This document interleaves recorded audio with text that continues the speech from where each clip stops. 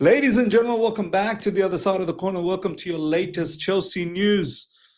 David Ornstein, who generally makes us all nice and horny. You've got blood on your hands, my man. You really have blood on your hands. Why did you endorse the brother Indy Kyler? Because this guy is running amok. He's going out there and he's sprouting nonsense left, right, and center to the point where big journalists like Fabrizio Romano has to step in and squash all of this nonsense. What am I talking about? If you guys haven't been in touch, well, Indy Kyler, ladies and gentlemen, a couple of days ago, exclusive with a bomb emoji. This guy, that bomb needs to be on his head. Exclusive, Chelsea in direct contact with Real Madrid. He even had the audacity to tag the Real Madrid official account. Can you believe it? Can you actually believe it? 51.6 million followers. He's tagged them on their head top. The subject is Rodrygo. The subject is Rodrygo in black and bold. Like, this guy's so confident. Chelsea willing to do a deal for January or summer. Confirmed. The audacity of this brother Indy Kyler or whoever, like whatever organization. It's not just one brother. I think there's multiple brothers in there. They've all got no clue. They've all got no clue. So confirmed. I then replied off the back of that saying, bro, why do you do this? Ivan Toney the other day, if you guys remember, this guy talked about Ivan Toney as well, this account, Indy Kyler, that Chelsea are in conversations with Ivan Toney. Now it's Rodrygo. Do you even know how Chelsea operates? Honestly, have a bit of shame, please. And then off the back of that, obviously we saw today's news. People like Fabrizio Romano are having to step in and actually confirm this idiotic account's notorious movements. Chelsea are not working on Rodrygo. Papao. Fabrizio Romano on YouTube. And then further, he goes on to say, what I'm getting from Chelsea sources is very clear. With maximum respect to Rodrygo, Chelsea are not in negotiations, no talks with the players' camp or Madrid. There's zero going on between them. I mean, I can't believe Fabrizio Romano, like this guy had to take the time of the day out to talk about this. How foolish could we be? Like, I mean, this is the thing, man. We live in this modern era where anyone can become Indy Kyler. Hell, maybe I should have become Indy Kyler as well. Like, there's a lot of money to be made. There's a lot of clicks that you can get. You just need to get one, maybe one, excuse me. You just need to get one news right. One news right. And then someone like David Ornstein endorses you. And then before you know it, you've blown out. Indy Kyler, I think he's got about close to 800,000 followers. I could be wrong. Let me have a look. Nearly 700,000 followers. This guy had no one before. Now everyone's following him, including me, because of the shenanigans David Ornstein put himself up to. I think I might have unfollowed. Did I unfollow? No, I didn't unfollow. Following. I'm going to keep following because the nonsense that this guy talks about, right? It's very, very funny. But yeah, we're not stupid, Chelsea fans. Like, people like Indy Kyler, well, accounts like Indy Kyler needs to understand how Chelsea operate.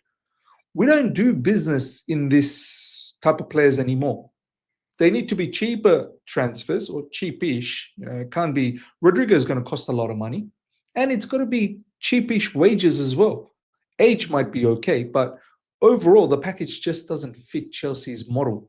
Whether we like it or not, this is how we operate. So, look, some people, if you want to do rumors on Chelsea Football Club, at least align it to the club's policy, to the club's, project, pathway, how exactly this project is meant to be going, how it's the intricacies around the project. What are the requirements, basically? People need to understand that before they go out there and start sprouting nonsense. But yeah, ladies and gentlemen, it's been confirmed by Fabrizio Romano. We're not going for Rodrygo. For all the people that might be getting excited, don't get excited. It was never, ever going to happen. And as I said, it's a separate story. Should it happen? Should a club like Chelsea Football Club go for someone like Rodrygo? Of course.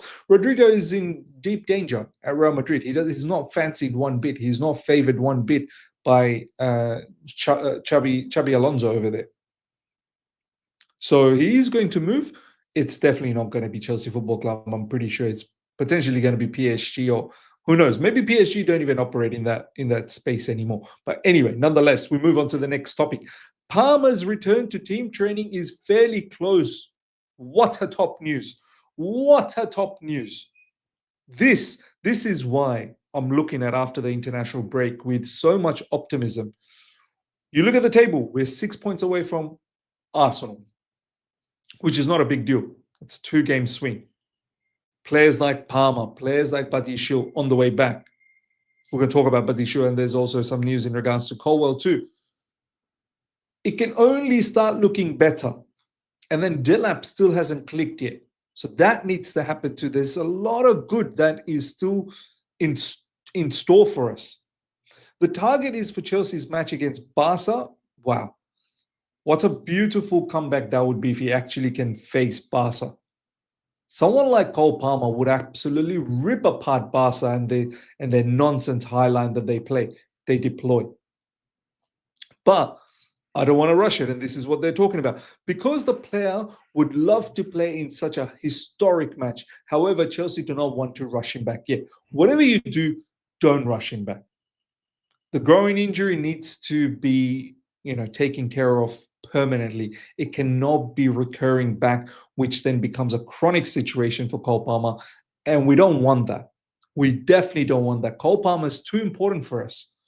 Right now, there's a lot of responsibility on other players like João Pedro, Esteban Willian. Cole Palmer knows he is the guy. He is Mr. Chelsea. And he can handle it. He can handle the pressure. We've seen the amount of talent this kid has, and we've seen the damage that he can do. Last season, even being a lackluster season, his stats looked really good. And that was a lackluster season. The season before that under Pochettino was just sublime. Goals, assists, the lot. This guy has it. Can't wait for him to come back. And it's fantastic to know he's close to training, fairly close to team training. And then I'm sure he's doing some individual work already. So team training just around the corner. And then perhaps Barca. Burnley is the first match back after the international break, but that might be coming a bit too early. I'll take Barca. If you can feature against Barca off the bench, sensational. Next up, ladies and gentlemen, Benoit Badiashile is progressing well with his rehabilitation, and there is a chance for him returning to the squad against Burnley, though the Frenchman is yet to take part in full team training. So, look, no problems. He's progressing as well. He is another one that will help us. Hopefully, he can stay fit. That's the problem. He's just like Romeo Lavia, used to be like Reece James. Obviously, Reece James now in the last 6 months has found immense, ability to stay fit and not have any of those injury issues that he once had. Probably about close to 12 months, I'd even say. More than 6 months. And I want to see that continue with Reece James. But Benoit Badiashile, before he got his latest injury, the match he played against Liverpool was sensational. And also against Benfica, he was good. If he can stay fit, I think he will help immensely in defense. Someone like Benoit Badiashile, along with Wesley Fofana, Badiashile's ability to play with the left foot. No, taking nothing away from Chalobah. Chalobah and Wesley Fofana needs to continue. And by the way, big up to Chalobah, got an England call-up. This is the thing. Look, I still think Chalobah now ultimately needs to leave. I've seen too much inconsistencies from Chalobah. Even though I'm probably one of the very few ones in the beginning who's rated him in the sense that last season from the defenders that we had, and when we called him over in January, I said he's the best one out of the lot. That's when Levi Colwill was not doing well. Levi Colwill really started to do very good in the final, probably 7-8 matches, and then obviously taking that on to Conference League and then the Club World Cup. Levi Colwill prior to that was not looking good either. I believed in him, but wasn't looking good. That's why I stayed to Chalobah. Chalobah, best defender. But this season, once again, Chalobah showcasing why he's so inconsistent. And yeah, look, I wouldn't mind if he's taken out and Benoit Badiashile comes in along with Wesley Fofana. Badiashile gives that really good balance with that left foot, and he's shown that he can be an extremely strong defender along with an aggressive Wesley Fofana. I think that could be a very, very good combination. But it all depends on Benoit Badiashile if he can stay fit. He just came back and he got injured, and once again injured, substantial amount of time. Now the thing will be is how we can keep him fit long term, and we shall see. Big matches coming up. We need Benoit Badiashile. We need all the help as possible. One thing's for certainty. I don't want to see Tosin ever again. Next up, ladies and gentlemen, Confidential understands Colwill's recovery is going perfectly to plan. That he's suffered no setbacks and he has now been off crutches for more than a month, and he remains on target in his rehab. Hopefully we will get to see him before the end of the season. I mean, look, I think the return date is approximately April. If we get to see Levi Colwill at the end of the season, why not? He was starting to become a very, very important part of our defense. Leader as well. Another leader. You want to have as many leaders as possible in this team. Reece James, Caicedo, Enzo Fernandez, Levi Colwill, Cole Palmer, put him in there as well. Why not? You want to have as many leaders because that's how you're going to create a fantastic team. So can't wait to see Levi Colwill, if he's potentially going to be able to be back by the end of this season. But once again, no rush. This season is a bit of a write-off for him. The ACL injury, obviously, you want to take your time. You want to make sure that you return back in full strength. So no rush there at all. But good news that it's going the right direction. His rehab is going absolutely the right direction. Next up, Andrey Santos on competition at Chelsea. I think it helps a lot because when the squad is strong, it ends up pulling everyone up. Of course, my competition is tough. Enzo and Moya are among the best in the league. I believe the learning I'm getting from them is essential. Let's say this exchange I'm having with them is helping me mature a lot. I love this attitude. I love this attitude from Andrey Santos. There could be a lot of players. There is a lot of players who the ego takes over and they're like, well, I should be starting. I don't care about all of these midfielders ahead of me. I should be starting. I need to be starting. But I love the humble nature of Andrey Santos that, look, I understand Enzo Fernandez and Moises Caicedo, they are far more mature than me. So let me get as much as knowledge and learning from these two. And eventually enough, I will be one of Chelsea's number one midfielders moving forward in the future.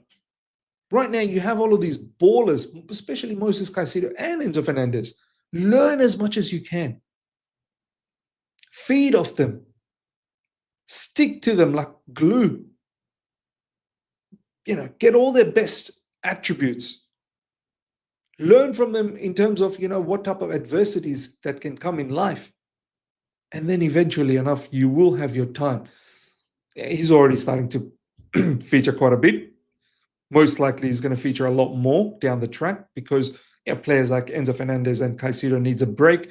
And right now, Andrey Santos is the only other midfielder available. Lavia is injured. But I love this attitude from Andrey Santos that, he's waiting. He's patient. And most importantly, he values, the experience that Enzo Fernandez and Moises Caicedo has because he can learn from him. He can learn from them. So ladies and gentlemen, let me know. These are the latest news that's been popping off, especially in regards to the injury news, all the players coming back, and also the nonsense from Indy Kyler. Let me know your thoughts. Smash up the like button if you're here for the first time. Subscribe. Hit the bell notification to stay in touch with all my content. Till next time. Take care. See ya.